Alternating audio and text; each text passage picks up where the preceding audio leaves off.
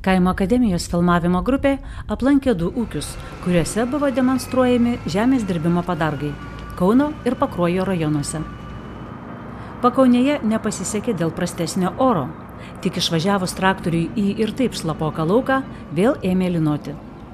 Tad ir ūkio šeimininkai Virginijus Grumadas ir Eitvydas Jagėla ir EVA specialistai neturėjo kuo labai pasidžiaugti.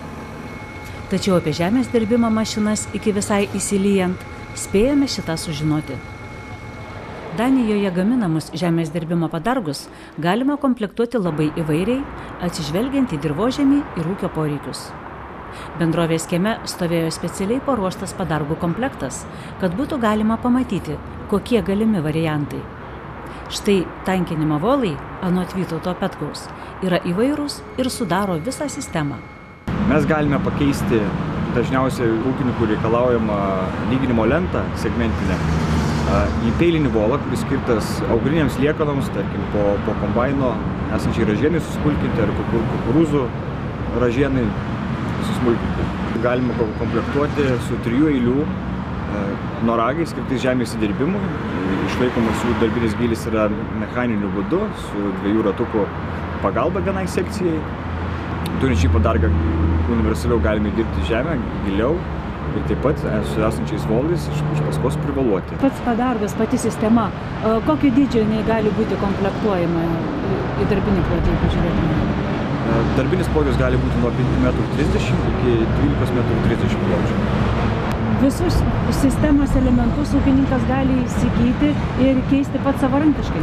Tikrai taip. Pats pakeitimas yra labai paprastas, kadangi prie kiekvienos sekcijos kiekvienas padargas, tiek lyginimo lenta, tiek peilinis volas, tiek 3 eilių noragį yra pritvirtinti 4 varžtais. Tik tiesiog reikia atsukti 4 varžtus ir norimą padargą pakeisti kitu.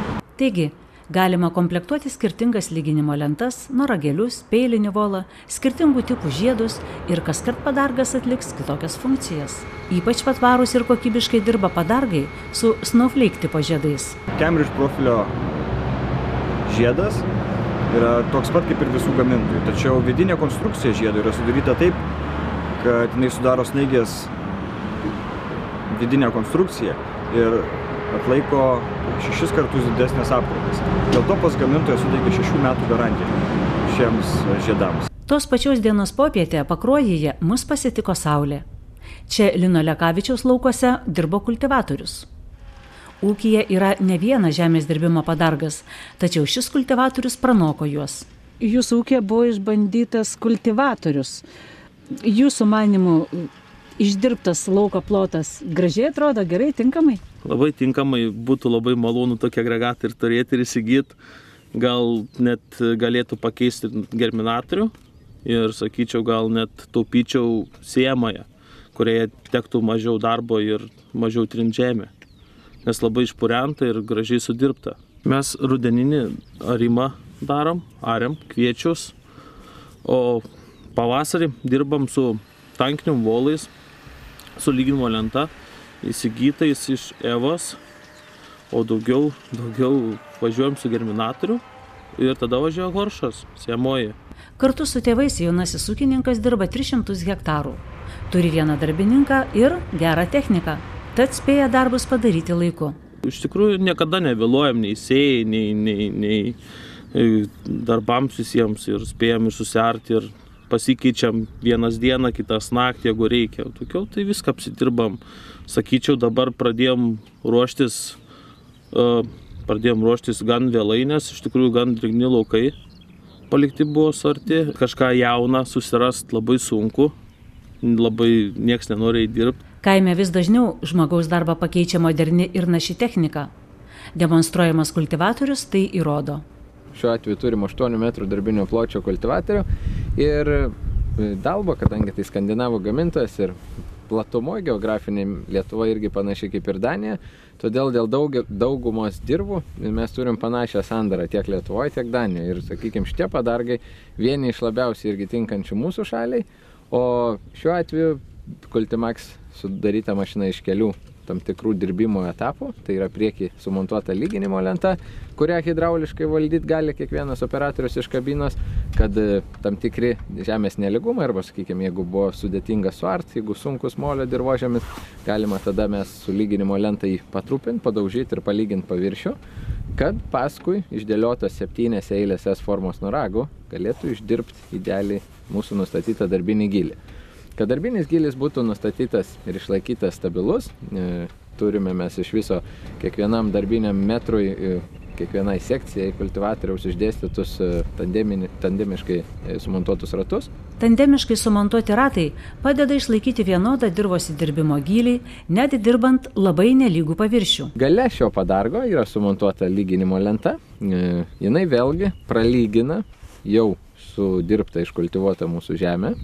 Ir taip pat išlygina noragėlių padarytus kauburėlius, kad paskui esantį tankinimo arba privalavimo arba kėjimo sistemą galėtų pabaigti tvarkingai galutinį dirvos, kaip sakyti, įdirbimo etapą. Darbinio gylio reguliavimas, kaip jisai vyksta? Darbinis gylis reguliuojamas yra paprastai, tiesiog ant hidraulinių važiuoklės pakilimo cilindrų yra montuojami klipsai, tai yra fiksatoriai.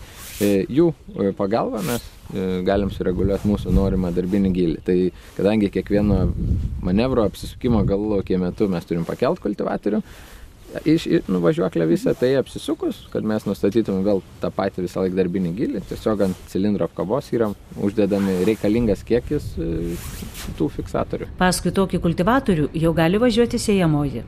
Privalumas dirbant dalbo kultivatoriumi, jis vienodai išdirba ir sausesnius, ir slopesnius lauko plotus. Kuriuose rajonuose turim sudėtingas dirvožemis, kaip ir Pakruojo, Pasvalio, Šakių ar kitos Lietuvos zonos, kuriuose sunkus moliai ir lengvi dirvožemiai persipina tam pačiame lauke, tai visi žino, kad yra sudėtinga sulaukti to tinkamo meto, kada važiuoti dirbti. Nes jeigu tu palauksi ten net ne diena, bet keletą valandų pralaukiai, viskas ir gali būti sudėtingai dirbti. Tai šiuo atveju Kultimax būtų tinkama mašina. Arba yra kitas sunkusis vadinamas kultivatorius, tai Dalbo gamina nuo 3 iki 12 metrų iš viso darbinio pločio kultivatorius. Tai sunkusis kultivatorius sveria daugiau negu toną, vienas darbinis metras. Tai kiek mums metrų reikia kultivatorius, mes labai lengvai galim sužinoti, koks bus svoris mašinos. Atitinkamai pagal tai būtų lengviau parinkti ir traktorių, kuris su šiuo padargu dirbs. O klientas žinos, kad visada jo laukai bus tinkamai ir laiku paruošti, nereikės bijoti dėl perdžiausio molio arba nereikės sugalvos, kaip paskui atvažiuoti ir dirbti vėl pasėti tas balas. Dirbant kultivatoriumi Lino Lekavičiaus lauke, vienas pakraštys taip pat buvo šlapokas. Tačiau iškultivavus jis per valandą kitą pradžius ir bus galima sėti. Pamatėme, kaip dirba volai ir kultivatorius. Kiekvienas padargas atlieka savo funkciją ruošiant dirvą sėjai. O kokias mašinas rinktis diktuoja dirvožemis, jų turima technika ir ūkio poreikis.